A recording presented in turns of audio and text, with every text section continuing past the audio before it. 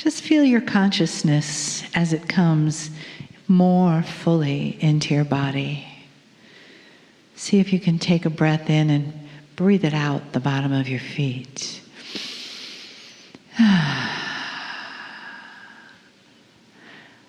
you might notice that you begin to feel a connection between the energy above you and the energy below, so that you are a part of that energetic connection between the one source and the earth source, our source of Gaia.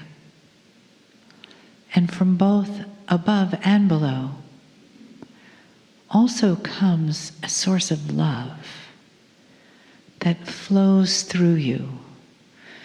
You are the beautiful human vessel for the source of divine love to create through, to bring forth magic and manifesting in the world.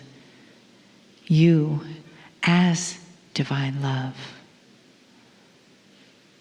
Just being here today, you're doing that. Just saying yes to transformation, you're doing that. You're being a vessel for divine love. So as you receive these experiences, as you begin to live these experiences, know that all is in perfect divine timing and direction, and that the love of the one divine source comes to us today in this room from the wisdom, the information, the guidance, and the love from Kryon. Greetings, dear ones. I'm Kryon of Magnetic Service. I want to continue from where we left off before. You're in a room that has far more in it than you think. It's filled with those who are what you would call esoteric. We've also told you there'll come a day when inventions start to allow you, permit you, to see unexpected things. And science will have to rewrite the definition of life. That you will start understanding that in multi-dimensions there are reactions. Reactions that can only be judged as intelligent, not otherworldly, right here on the planet. And you will realize at some level that truly you're not alone, that there's more here than you ever thought. The inventions that I'm talking about will be physics, which will allow you to see those things which are partly quantum. And that will then lead to other inventions and more discoveries. It's the way of it, dear ones, because this is the evolution of knowledge. The kinds of things that you will be presented with that you'd study and know right now are real and true. I want to discuss something which is very close to me. I've told you before, Kryon is not an entity. The word is given to an energy group that speaks to you on a regular basis and has the same message from the other side of the veil. Very difficult for any human to understand this, and even the ones of you that say you do, it's still something that is not in your reality, so you make assumptions about it. I speak through my partner because that's the way Spirit speaks to humans, and it always has been. All scriptures were this way, all written by humans, all presented by humans, so that you would understand that it's a combination of partnership, and it is. And the partnership is God inside. So you might say, I represent a piece of you. And you might feel it and resound to it, recognize it. And that's why you accept it the way you do. I want to talk about something. I want to make a paraphrase of a verse of Scripture from that which you call your Bible. The part of the Bible which is new and not old, by an apostle. Some of you may recognize it, some of you may not. It is totally, completely paraphrased. And here it is. I may be famous. I may be a king.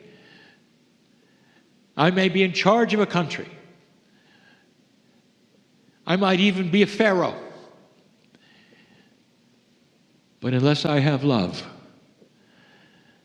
I'm simply a noisemaker in the wind. And there will be no record of anything after I'm gone. This scripture speaks of the power of love. It speaks of it in a way that you might not expect, way ahead of its time. With the one who wrote it actually feeling in his cells the love of God in a way that could only be divine, and nothing that he had generated as a human being. You might say he was on fire for God.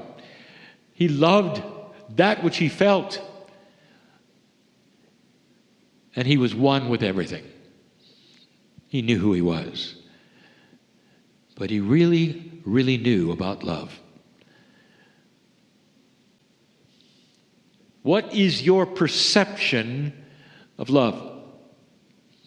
I want to review some things I have said before for this discussion. Love is not understood.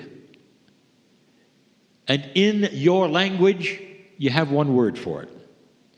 It's not understood because it's so many things, because it's used so often to represent so many conditions, parameters.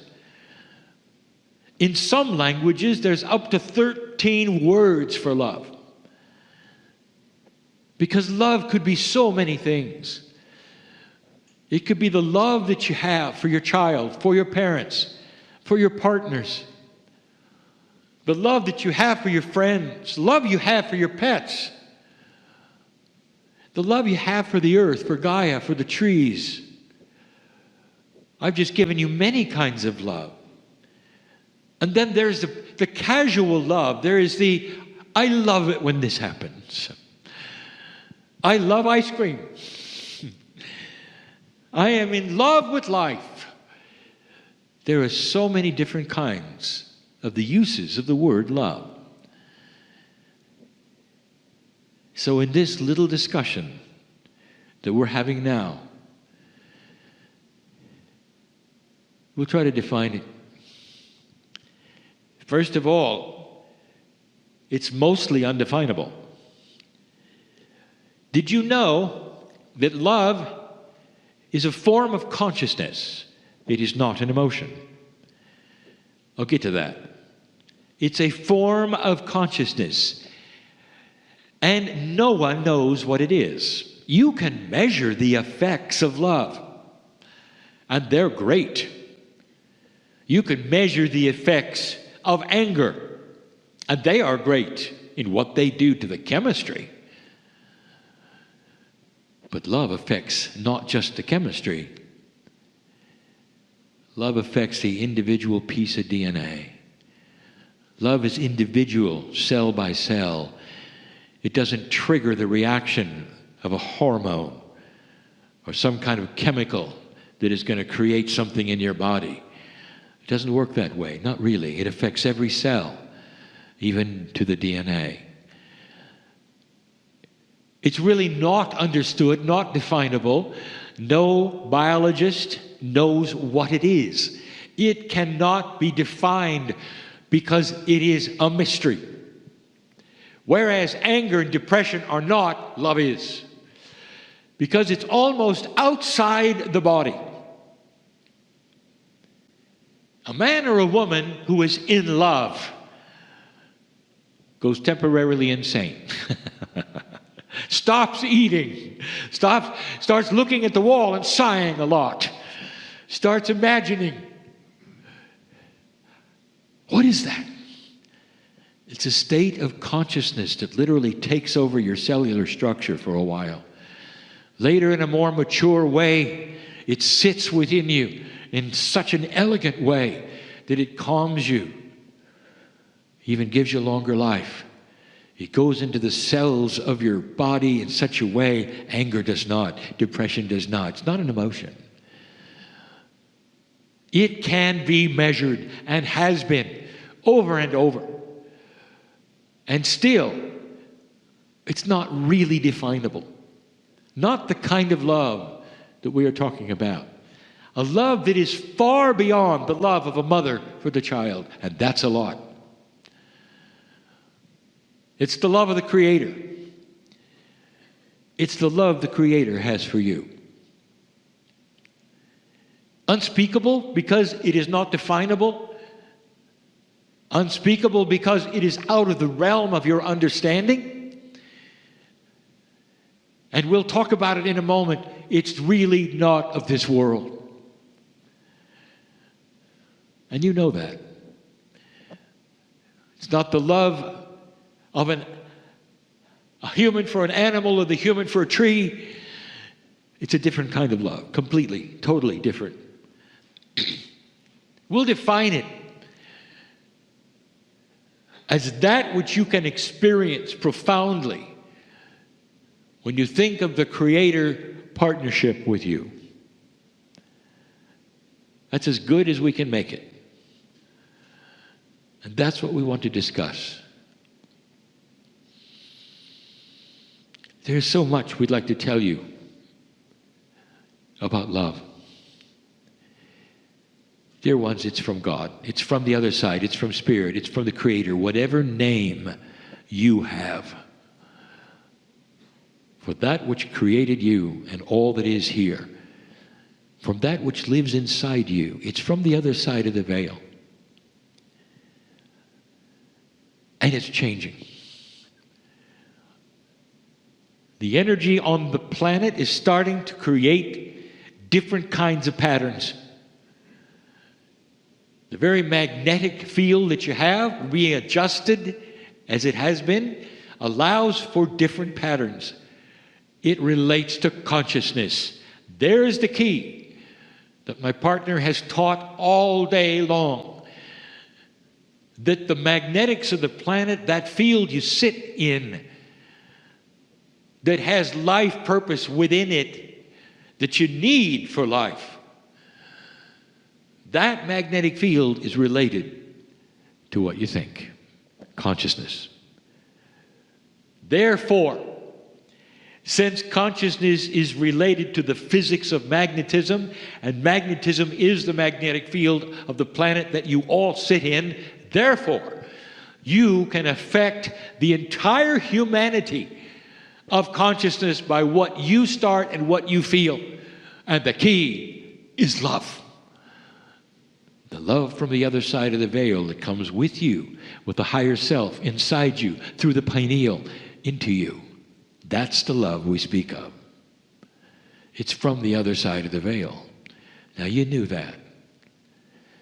It's why it seems so otherworldly. It's why it seems like it's not an emotion. And the proof of this is so obvious. With love, you get celebration, joy, and laughter. We've told you that humor is one of the only things that passes freely through the veil when you arrive. That the inner child that you have, where you remember who you were, laughing, enjoying yourself, giggling, is so divine. It's such a divine feeling for this, more than emotion. It's a paradigm you have that is sacred.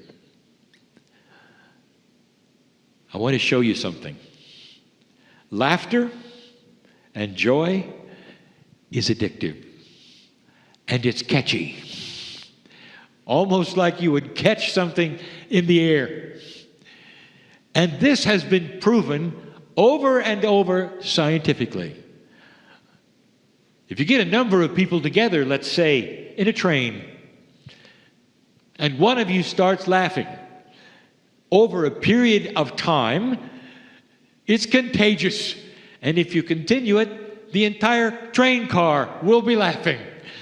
And they will have no idea why. It's not an emotion.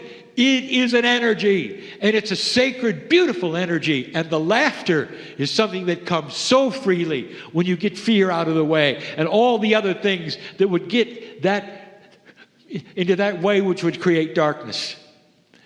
It's infectious. The laughter that is there. It's more than some of the other things that humans do, which also seems that way. One yawns, many yawn. It's not that way. It's beautiful, not an emotion. And you know it. Now, let me ask you, is it this way for fear? Is it this way for depression? Can you hardly wait to be with the depressing person? No. When somebody is angry, you can feel it. It's an emotion. Almost has a field about it. And what do? You want to get away from it as soon as possible. Two people are arguing. You leave. You can feel dysfunction and you're uncomfortable. But when there's a group laughing, all you want to do is join it and find out why.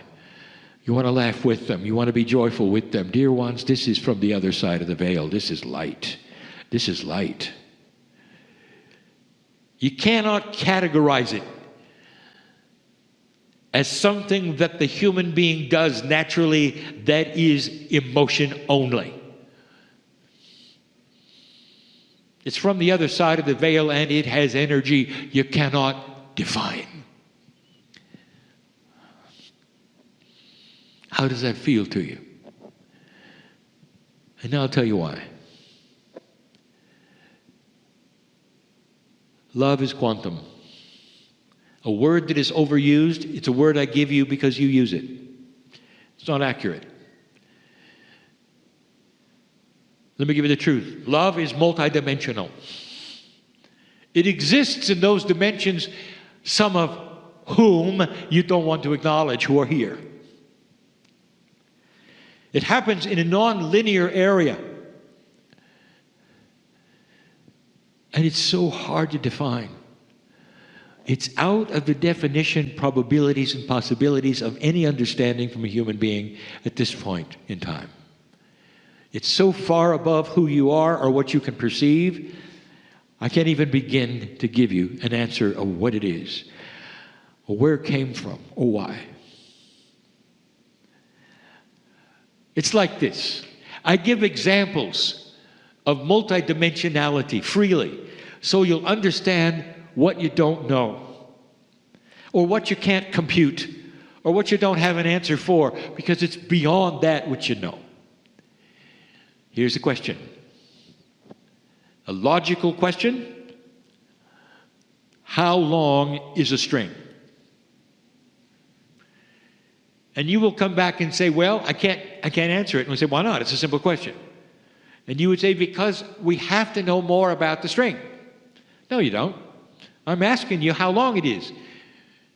Well, in order to do that, we'd have to know more about the string and where it goes to and from, whether it's city to city or whether it's room to room or table to table. Then we can tell you how long a string is. And we say, not acceptable. I want the answer. How long is a string? And you say, I don't know, I can't tell you. What if we put the string and tied it together and now it's a circle? How long is the string? And you'll say, now we're in trouble. Because the string is infinitely long. And you say, the string goes forever? And you say, yes, the string goes forever. But it's the same string and it's pretty small. How can it go forever if it's in a circle and it's very small, right here on this table? Would you explain infinite size of the string when it's simply something on the table in a circle? And you'll say, go away, kid. Don't ask me any more of those funny questions. That's love. You don't understand it. And it's changing in this physics. Love is starting to change. Because the attributes of love are compassion and joy and celebration. And that creates light. Light is starting to increase on this planet, and part of the increase is through the understanding of love. The more compassionate you can be to another human being, the more love is then spread and produced on this planet. Wait a minute, Cryan, you just said something that I don't understand.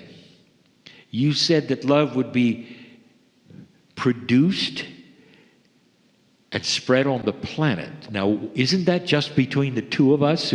I feel compassion for this person. A person perhaps I've been angry with in the past, but now I see God inside them, and I have compassion for them. Not sorrow. I have compassion that they are with me in a planet where we both have God inside. This is my compassion for them. But it's just for us. And I'm telling you, oh, no, it isn't, because you don't know what I know.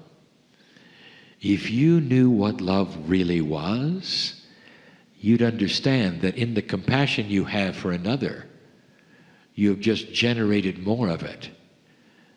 Well, where does it go? The answer is yes. How long is a string, my friend?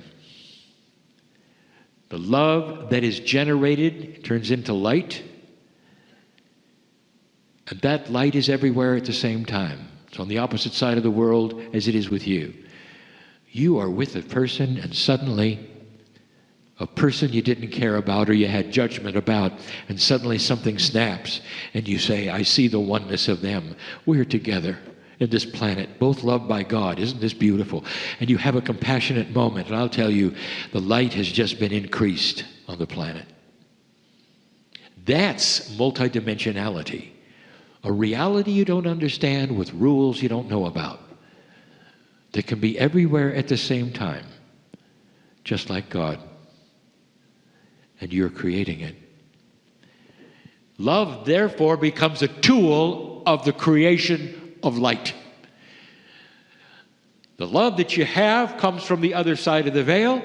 Of course it would be a tool.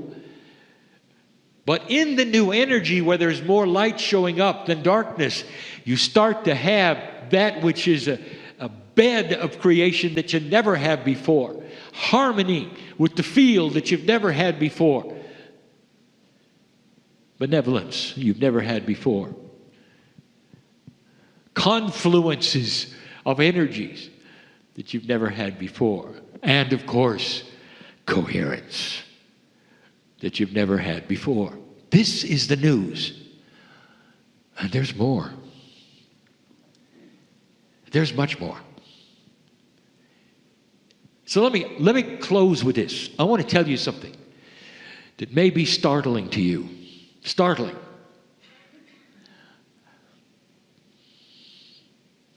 No matter who you are, right now, who's listening, there'll come a day when you make your transition. All of you. On your way back to continue in the cycle and circle of life that you are, carrying wisdom that you've learned for the first time that you can share in a new life. With an evolved Akash where you remember who you are to the degree that you remember that which is beautiful and precious. A memory that's going to create balance instead of imbalance. And you won't have the dysfunctions you have today.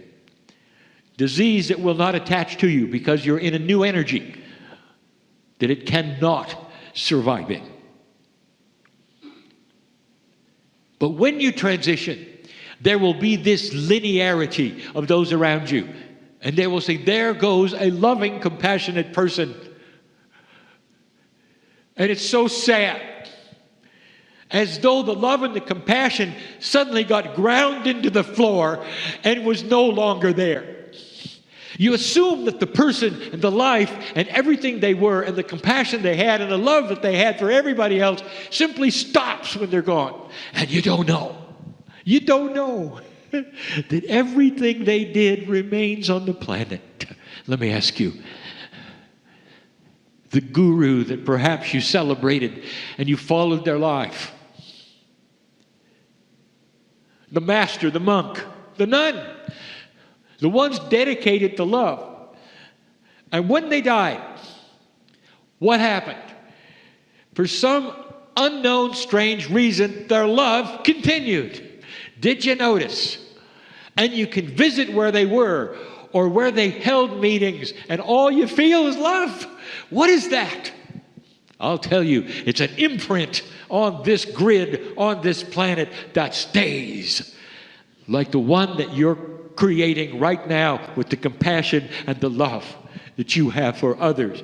The more that is generated and the purer it is, and the more mature and elegant that it becomes, its purity stays here. Stays here. Someday you're going to have elegant, beautiful funerals. Right now, they're not. You do your best. You gather together and you celebrate who they were and you cry. And you're sad for the part that says their body is gone. Someday, you'll go beyond that. And you'll celebrate what they created that's still here, and the love and what they did on this planet that affected everything.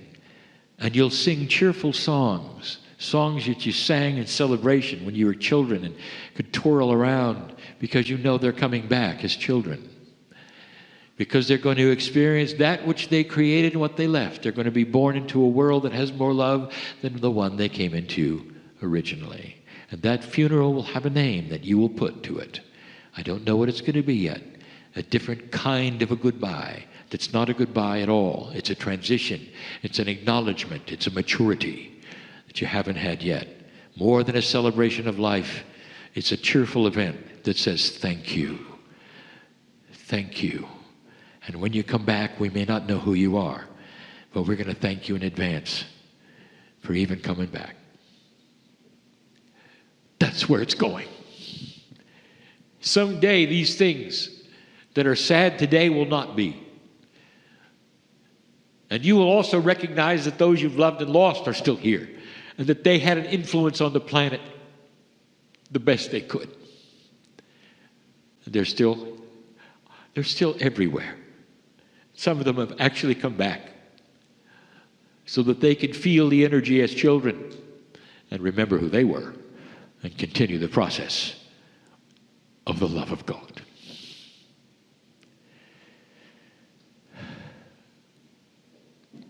And so it is.